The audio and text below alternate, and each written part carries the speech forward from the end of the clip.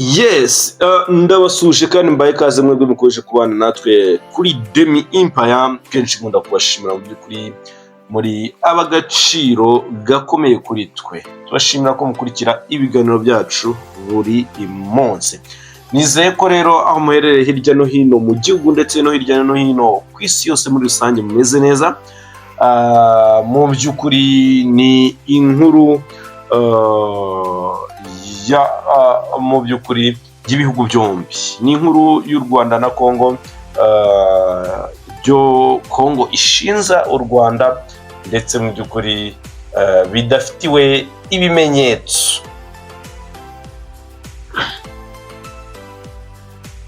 Inkuru dukesha ikinyamakuru Igihe iragira iti, ifite umutwe igira iti: Minisitiri Nduhungirehe yanenze amahanga ahengamira kuri RDC cyangwa se Repubulika Iharanira Demokarasi ya Congo, yirengagije impamvu M23 irwana.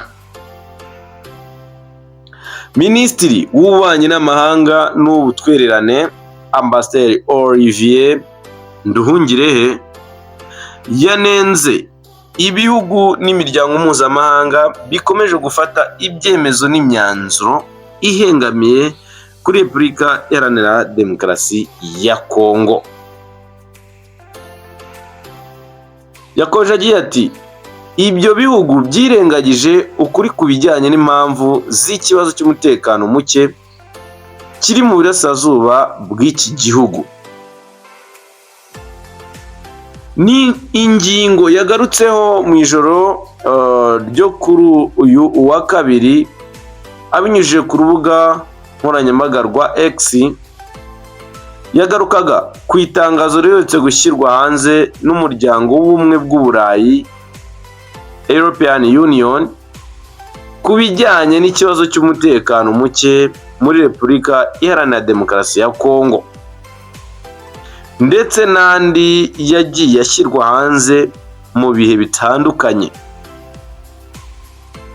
Iri tangazo rya European Union riherutse gusohoka risaba umutwe wa M23 kurekura umujyi wa Masisi iherutse gufata ndetse n'ibindi bice byose biwegereye. Mu butumwa Minisitiri Nduhungirehe yashyize hanze, yavuze ko urebye amatangazo ibihugu n'imiryango mpuzamahanga bishyira hanze byihutira kwamagana M23 ariko bikirengagiza impamvu irwana. Ati, mu ntangiriro z'uyu mwaka nasomye amatangazo menshi y'ibihugu n'imiryango mpuzamahanga yihutira kwamagana igikorwa M23 iherutse gukora cyo gufata igice cya Masisi.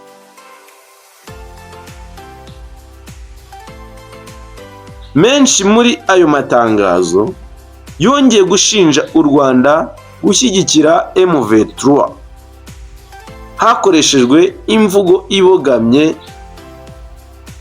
inirengagiza ibintu,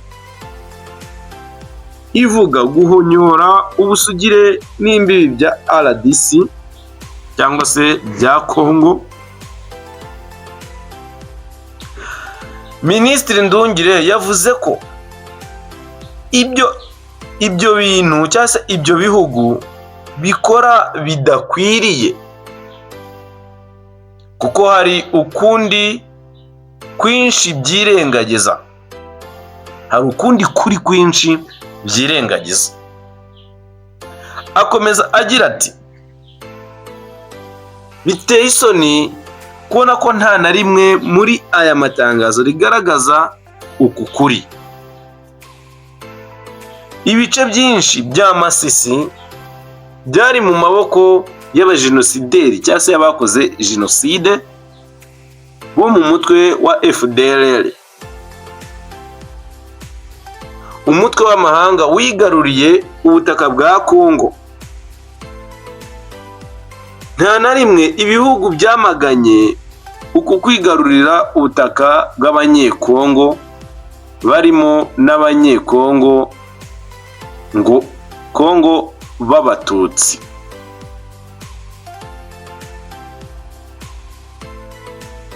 Bisa nkaho uyu mutwe ukomoka mu Rwanda wakoze jenoside ufite uburenganzira ku butaka bwa Kongo kurenza umuryango mugari w'abanyekongo.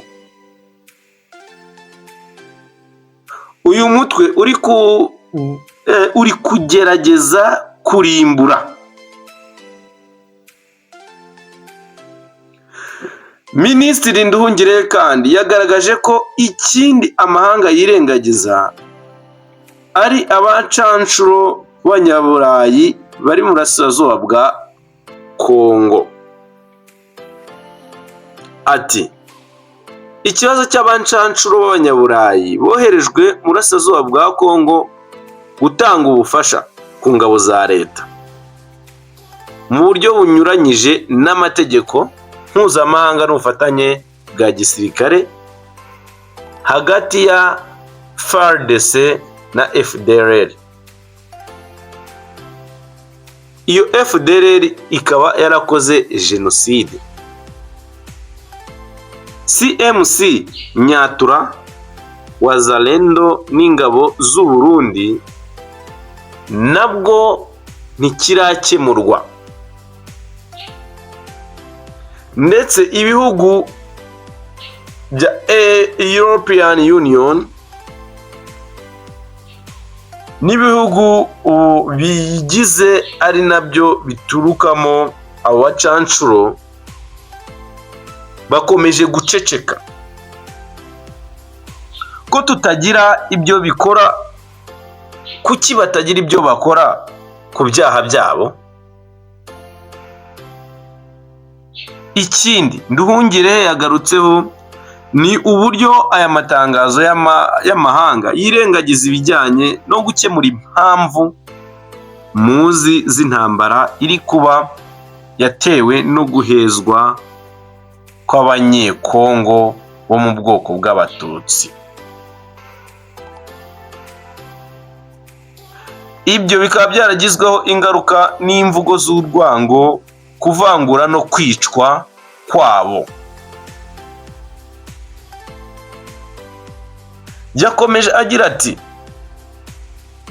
kandi uyu muryango mugari w'abanyekongo bakomoka mu Rwanda uriho muri RDC mu myaka irenga 100 kubera imipaka yashyizweho n'abakoloni yashushanyijwe n'ibihugu bigize ubumwe bw'Uburayi cyangwa se European Union, ari nabyo bitajya bisigara inyuma mu gushinja uyu mutwe wa M23 wiyemeje kurinda uyu muryango mugari. Yakomeje avuga ko nta na rimwe muri aya matangazo y'ibi bihugu ajya agaragaza ko hakenewe ibiganiro bya politiki hagati ya RDC cyangwa se ya Kongo na M23 bigamije gukemura iki kibazo bihereye mu mizi, hagamijwe gushaka ikibazo kirambye cy'iyi ntambara. Yashimangiye ko ikibazo cy'iyi ntambara kidashobora gukemurwa no kuba umuryango mpuzamahanga ukigereka ku bandi cyangwa guhuza inshingano ku buyobozi bwa Kongo. Minisitiri Nduhungirehe atangaje ibi mu gihe ubuyobozi bwa Kongo bukomeje kugaragaza ubushake buke mu gukemura ikibazo cy'intambara ya M23.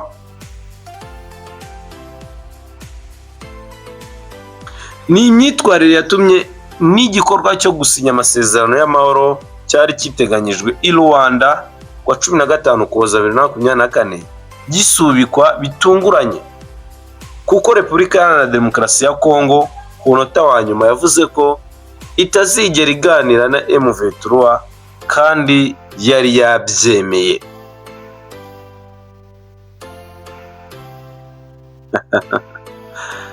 Ni ikibazo gikomeye banyarwanda, ni ikibazo gikomeye mu by'ukuri gufata igihugu cy'umutekano, igihugu gituje nk'u Rwanda ukakigereka kugira uruhare mu ntambara iri kubera mu gihugu cyawe. Ni ikibazo gikomeye gufata ubushobozi buke ufite bwo gukemura ikibazo kiri mu gihugu cyawe ukabishinja igihugu cy'u Rwanda cyabashije guhagarika jenoside yakorerwaga Abatutsi, warangiza ukakigereka ku gihugu cy'u Rwanda cy'umutekano usesuye. Mu by'ukuri ntabwo washyizemo icyo nakwita gutekereza byimbitse. Kongo ikwiye gushaka no gushakira igisubizo mu gihugu cyacu imbere ititwaje ibindi bihugu,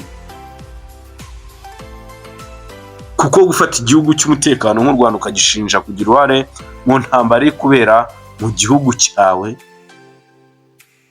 mu by'ukuri byaba ari ikibazo gikomeye cyane. Yes, reka mbashimire mwebwe mwese twabanye, mu by'ukuri muri ab'agaciro gakomeye.